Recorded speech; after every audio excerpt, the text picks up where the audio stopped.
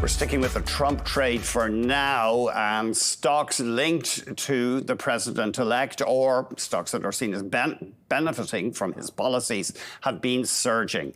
Have a look here at Tesla. There's a one-month chart, speaks for itself. Stock's still down from record highs in 2021.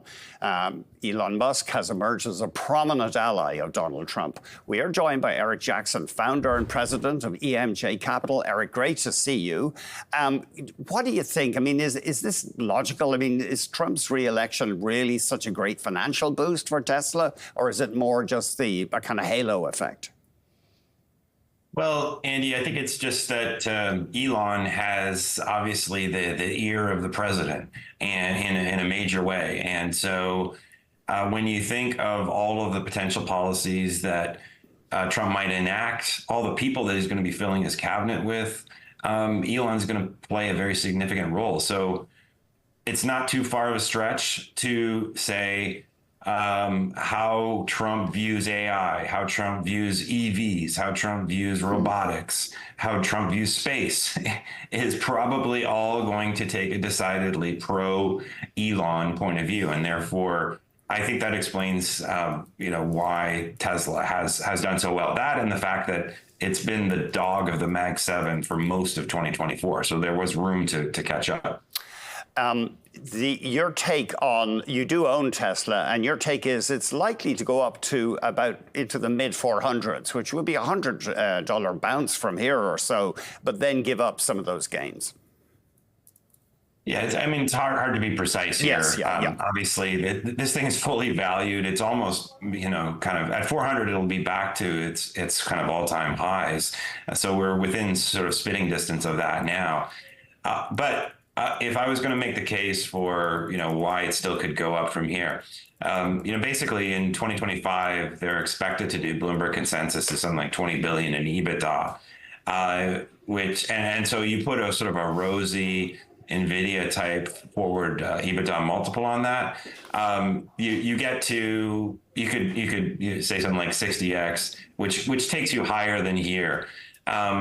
However, it's a 20 billion EBITDA number in 2025 would really only be a similar amount to what they did in 2022, not that long ago. So, and obviously they've cut a lot of costs out of the business.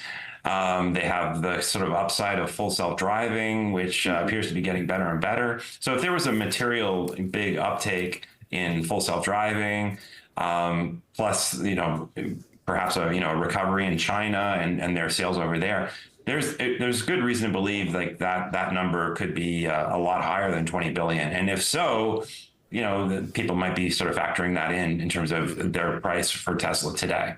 Wow, I didn't know that the company had got that big, $20 billion US in EBITDA potentially next year. Mm-hmm. Is some of that smoke and mirrors in the sense that a lot of their income has come in the past from green credits from the government?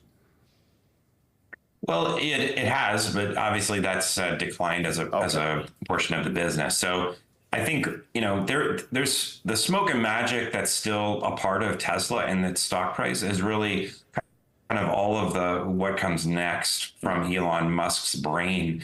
And so things like when they demo these robots, or they talk about like the robo van that they showed off at their recent event, like they haven't yet sold those things.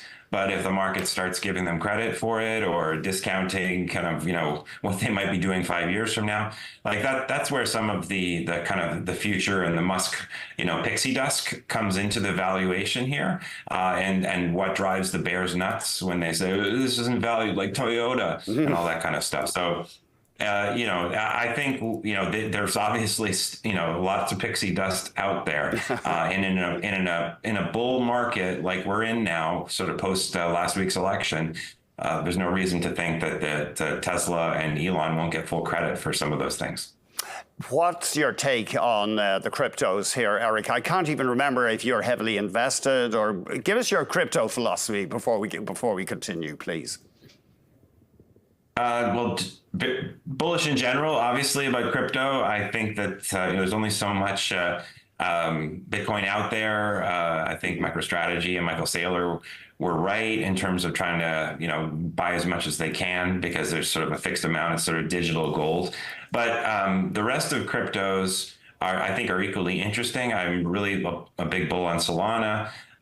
Some of the other cryptos haven't done as well, but now with Trump's reelection, everything's sort of moving up here. I think obviously the market is seeing Trump as very pro crypto. Is he going to establish a Bitcoin strategic reserve and all this kind of stuff? Mm-hmm. So there's the cryptos have been going nuts for the last week. The biggest way that I'm playing this in my portfolio is a Canadian listed company called DeFi Technologies. Okay. That's on the smaller side. But they basically run an ETF business over in Europe, and they have a proprietary trading crypto business as well. And it's valued on something like a 5x forward PE basis, whereas something like Galaxy Digital and Mike Novogratz's company, which is much better known and sort of is volatile because they make money from trading in the same way, and ETFs, they have something like a 17x multiple. So this is a stock which, if the market woke up to it and kind of saw that they're debt free now, they're growing their cash, they're trying to put their any new cash and free cash that they generate into both Bitcoin and Solana. So there's sort of a mini MicroStrategy play here. I think this is this should be a $10 stock today. It's only trading at 260 250 or something like that. Yeah. Sorry, Eric, I cut you off there. About 260 Canadian. Yeah. Thank you very much, Eric. Always great to hear from you.